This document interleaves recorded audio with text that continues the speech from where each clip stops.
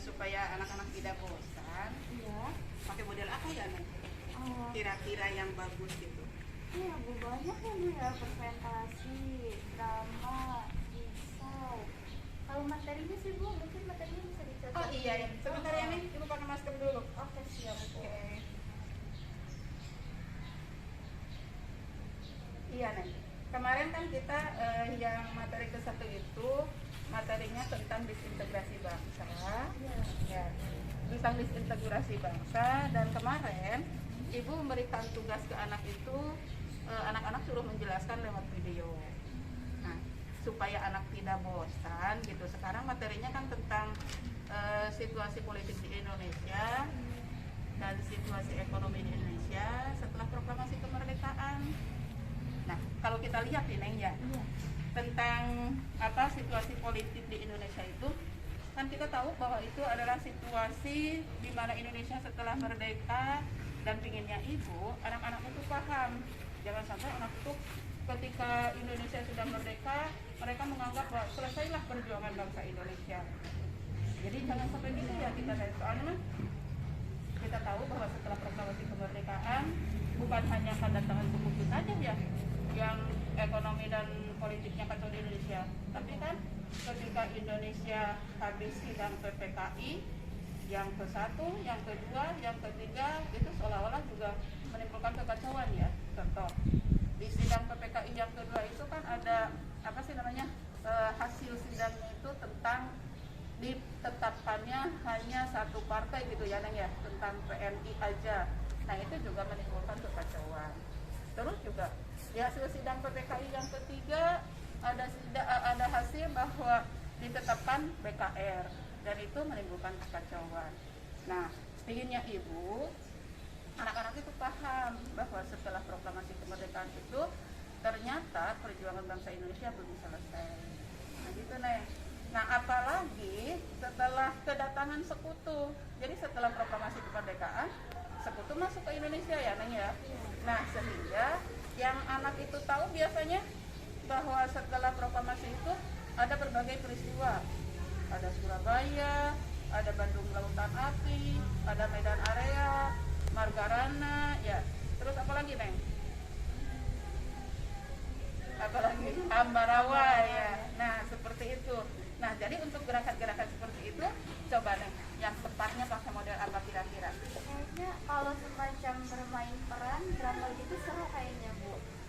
Bener ya Neng? Bener Bu, Nah, seru maksudnya. coba ya, anak- mudah-mudahan anak paham gitu ya Iya. Neng. Jadi kalau misalkan kita menugaskan ke anak dengan model drama, Iya. kira-kira anak seneng nggak ya Neng ya? Senang Bu. Waalaikumsalam Anda Bu Yuri. Silakan Neng. Yuk kita ngobrol yuk Neng yuk. Silakan duduk. Lagi ngebahas apa Ibu? Kok asik banget kayaknya. Iya ya Neng. Ternyata belajar sejarah itu kita nikmat loh Neng. Ya. Jadi gini Neng. Kita di antara guru-guru sejarah supaya anak tidak bosan hanya mendengarkan cerita aja, sehingga ada anggapan sejarah itu adalah dongeng. Ya, kita buktikan kalau sejarah itu bukan dongeng gitu ya. Terus model belajar juga tidak melulu soal cerita mulu gitu ya. Hanya mendengarkan cerita, hanya mendengarkan tahun kejadian dan lain sebagainya. Maka Ibu sama Bu Kijo mencoba membicarakan bagaimana kalau model pembelajaran untuk kali ini sejarah Indonesia kelas 12 mau menggunakan drama gitu Neng. Kira-kira pendapat Neng gimana? Iya bagus Bu, jadi kan nanti tuh siswa kan bermain peran sendiri kan Bu ya. Mereka memerankan misalnya membahas sebuah peristiwa, mereka apa ya, menjiwai peristiwa tersebut gitu kan. Jadi langsung Betul, gitu, Neng. Gimana menurut Bu Biar? bagus Bu, karena nanti kan bisa lebih tahu gitu di masa lalu tuh keadaannya seperti apa. Kalau dengan bermain peran tadi yang saya sampaikan tadi juga, anak lebih paham juga, dan pasti lebih asik, menarik juga Bu, karena pada kreatif sebenarnya anak-anak kan Bu. Oke, kalau begitu ya jadi untuk pertemuan kali ini anak-anak kelas 12 IPA ataupun kelas 12 IPS dengan materi yang kedua untuk sejarah Indonesia kelas 12, Ibu mau mencoba menugaskan ke anak itu pakai drama ya. Tapi mungkin untuk drama di sini pertama anak harus paham dulu materi itu ya.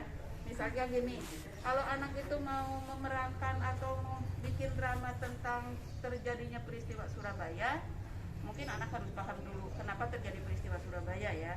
Sekutu datang ke Surabaya mau ngapain, terus masyarakat Surabaya juga kenapa kok langsung melawan gitu. Padahal yang kita tahu kalau bangsa Indonesia itu adalah bangsa yang sangat ramah gitu ya.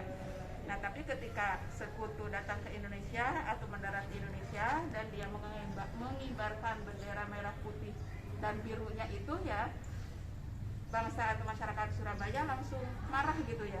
Nah itu harus dipahami dulu ya sama anak ya, kenapa sih masyarakat Surabaya ketika itu malah marah. Nah itu kalau misalkan anak mau mengambil peran dalam drama tentang peristiwa Surabaya.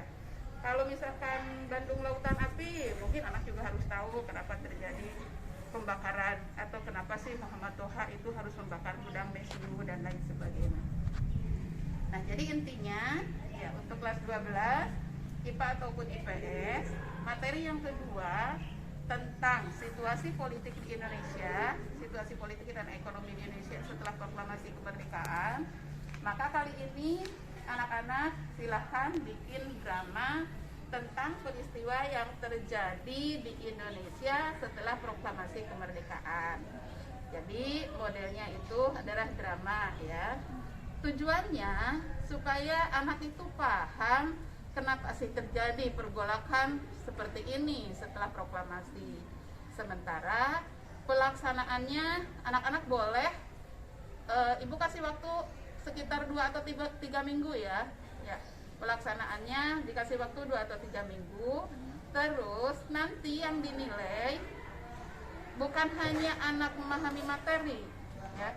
Jadi usahakan kita menilai anak itu bukan hanya paham dengan materi saja, tapi termasuk juga kerapihan anak. Kerapihan di sini ada rambut untuk anak cowok, anak cewek misalkan seragamnya atau pakaiannya, termasuk juga tata krama gitu ya.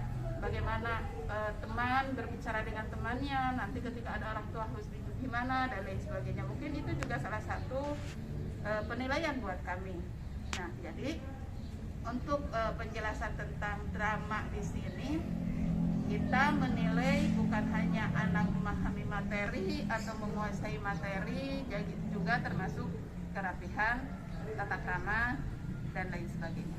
Mungkin itu Neng gimana? Menurut Neng Yuri atau menurut Neng Pio? Seru Bu, ini anak-anak nanti pasti lebih kreatif lagi, lebih aktif lagi belajar materi sejarahnya.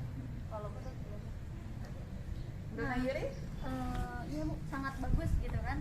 Nah, seperti yang Ibu juga sampaikan tadi. Kalau misalnya dari Yuri ada pertanyaan, kira-kira nanti tuh kan drama nanti tuh direkam gitu Bu, siswa ya, direkam dalam bentuk video terus diupload gitu Bu. Oh iya betul Neng.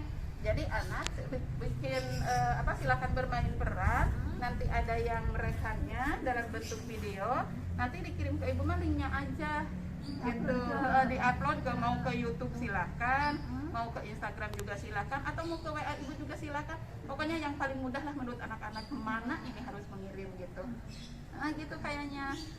Gimana Neng Pio? Iya betul Bu, kalau link kan nanti simple ya, langsung nanti dikumpulkan ke ketua misalnya, linknya lalu dikirimkan ke ibu. Oke. Nah berarti PIK ya untuk sejarah Indonesia kelas 12, materi yang kedua menggunakan drama. Bagaimana dengan sejarah peminatan Neng? Iya nih Bu, sejarah peminatan kan kemarin respon Indonesia, respon internasional terhadap kemerdekaan Republik Indonesia. Kemarin itu emang baru pertemuan lewat tweet aja Bu, gitu karena kan awal-awal. Sama ini juga mau ke bab 2 nih Bu, perkembangan iptek gitu. Karena kan penting sekali ya Bu ya sekarang itu terkait iptek tuh benar-benar harus menguasai kan anak-anak tek. Makanya kira-kira apa ya Bu yang cocok supaya anak-anak tuh tambah paham gitu materinya. Gitu ya, coba anak muda, biasanya anak muda yang paling paham, yang paling ngerti dengan situasi gitu. Gimana menurut Bu Yuri? Yang paling cocok dengan materi iptek gitu, bagusnya gimana ya anak-anak? Perkembangan iptek bisa banyak sih Bu opsinya. Yang tadi bisa kan presentasi juga siswa dari materi-materi tersebut. Bisa juga dialog juga bisa gitu Bu. Misalnya saling bertukar pikiran tentang perkembangan iptek dari masa ke masa, menyesuaikan dengan materi yang dibahas seperti itu.